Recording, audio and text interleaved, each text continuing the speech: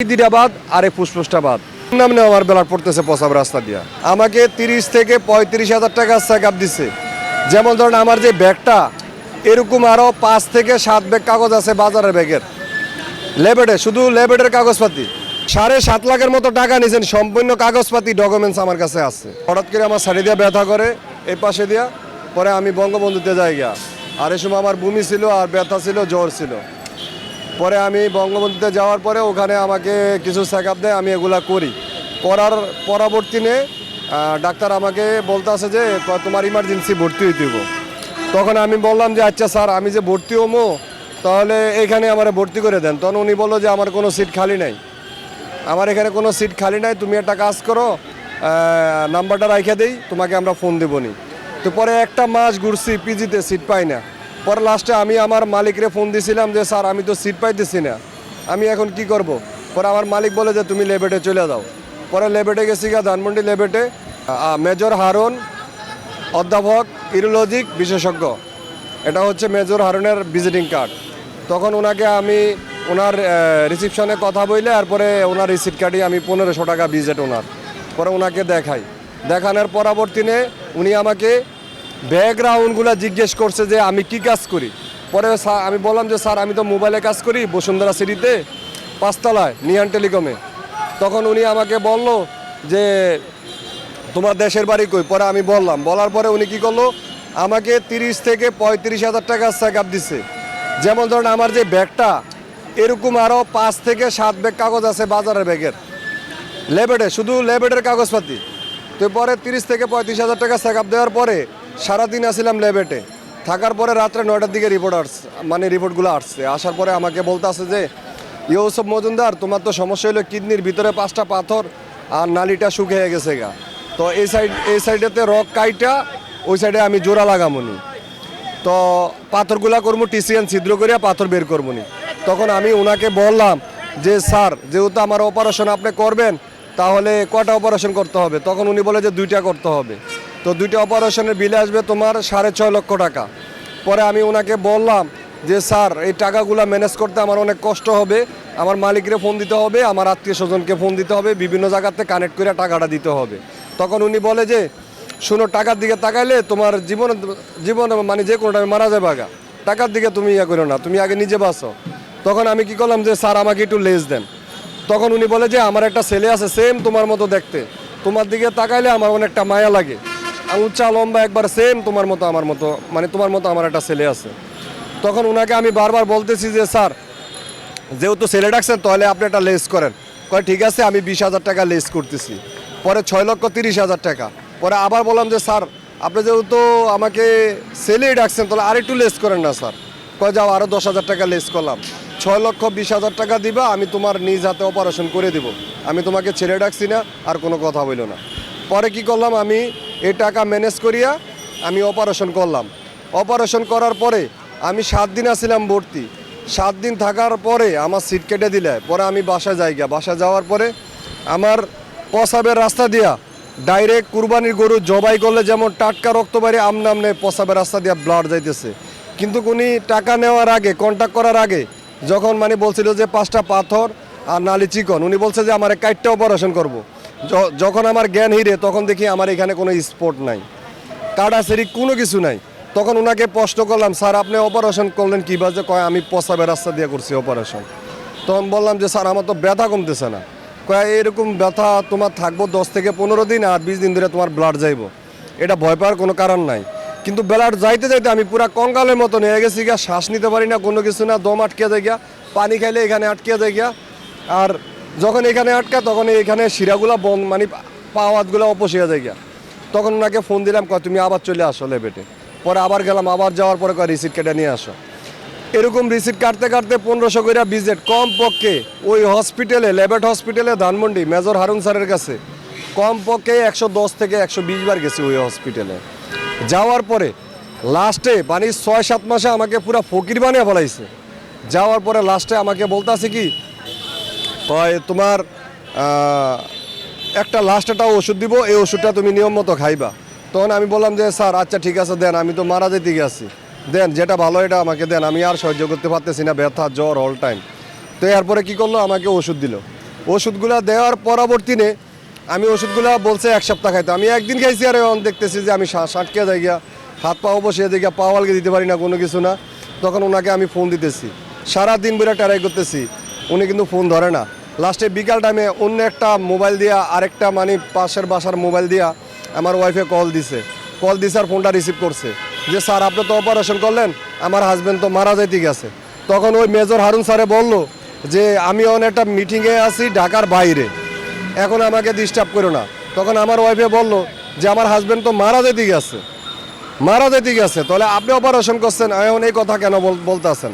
তখন উনি বলতেছে যে কোনো কথা বললো না, আমি মিটিংয়ে আছি, এই কথা বললাম, ফোনটা রাখা দিলেছে।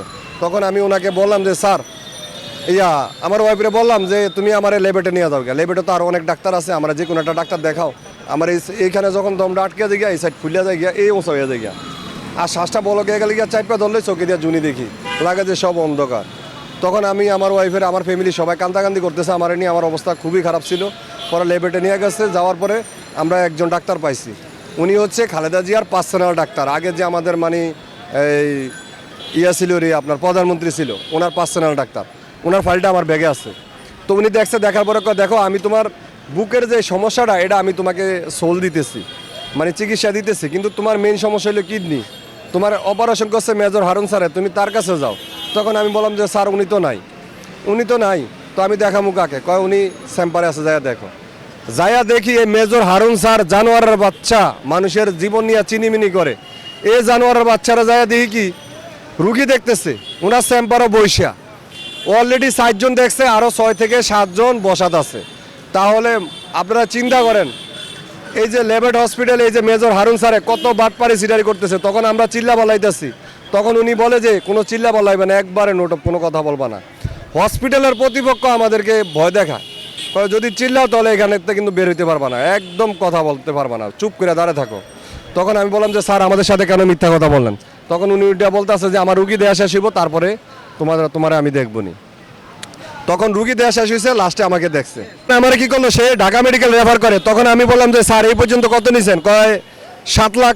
আমাকে কেন মিথ্যা কথা বলেন? 7.5 লাখের মতো টাকা নিছেন, এই কথা বলছি। আর উনি কি করছে, স্যারের থেকে উঠটা আমার এই হাতে 2টা ব্যাগ ছিল, অপারেশনের ফাইল ছিল, আমার যে রেফার করছে ডাক্তার তানজিরের কাছে, সেই ফাইলও আছে।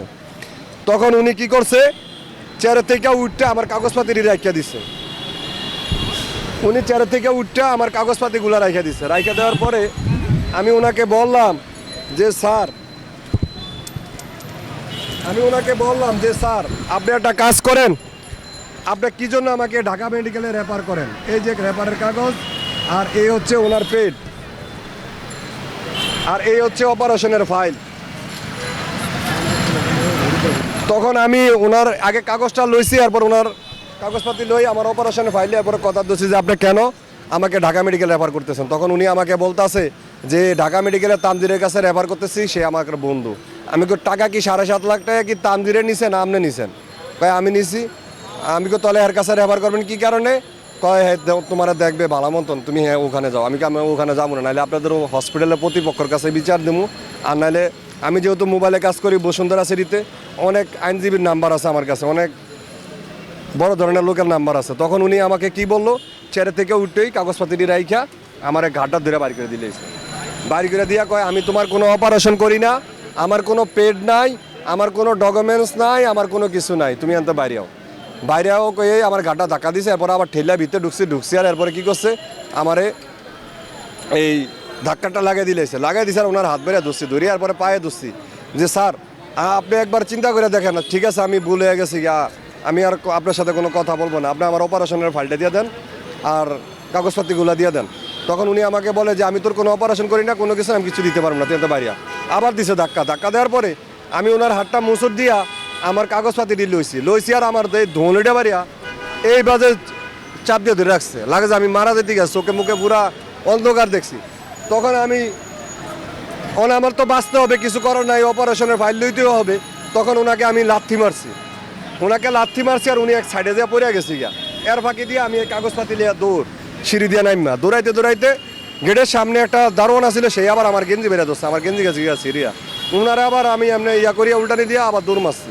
আপনারা একটু ফলো করবেন, এই যে লেবেট হসপিটালের সাথে ছোট্ট একটা ব্রিজ আছে, এইবার আরও উপর, ওই ব্রিজ দিয়ে দৌড়াতে দৌড়াতে সোজা থানায় গেছি। থানায় যেয়ে বললাম যে মেজর হারুনে আমার লগে বাটপারি করিয়া 7.5 লাখ টাকা নিছে, আমি ওর বিরুদ্ধে মামলা করবো নাহলে জিডি করব। উনি আমাকে বলে কি, তুমি নিচে যাও, আমি দেখতেছি, সিভিলে দাঁড় করো না উপরে। আগে দারোগার কাছে বলছিলাম, এরপরে ওনার সাথে কথা বলো বলছি, তুমি নিচে যাও।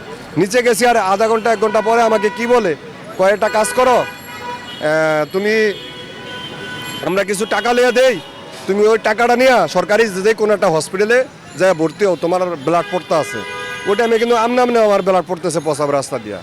তখন আমি কি করছি, আমি বলছি যে আমি টাকার লাগে আসিনি, আমি আসছি এখানে জিডি করার জন্য। আমি আসছি জিডি করার জন্য, হয় মামলা নেবেন নাহলে জিডি নেবেন। আমরা কিছুই নিতে পারতাম না, আমরা টাকা লিয়ে দিতে পারবো। তখন আমি বলছি যে আচ্ছা ঠিক আছে, তাহলে আমি যাই গা। এটা বইলে আমি বাড়িয়ে গেছি গা। বাড়িয়ে যাইয়া আমি আমার রেফারেন্সে, আমার এই কাগজপাতি দেখাই না, আমি আমার রেফারেন্সে ঢাকা মেডিকেল ভর্তি হয়েছি। আর সাথে সাথে 10-12টা ইঞ্জেকশন পোস্ট করছে, হাতে স্যালাইন দিছে। দেওয়ার পরে আমি 3.5 মাস 4 মাস আসছিলাম ভর্তি ঢাকা মেডিকেল। তারা বোর্ড বসাইছে, বোর্ড বসাইয়া আমার এইখানতে হাইলাইছে, আমি ধরো তো এইখানতে হাইলাইছে, এই দেখেন এটি সব ঢাকা মেডিকেলে, এই যে এটি সব ঢাকা মেডিকেল। আর এখানে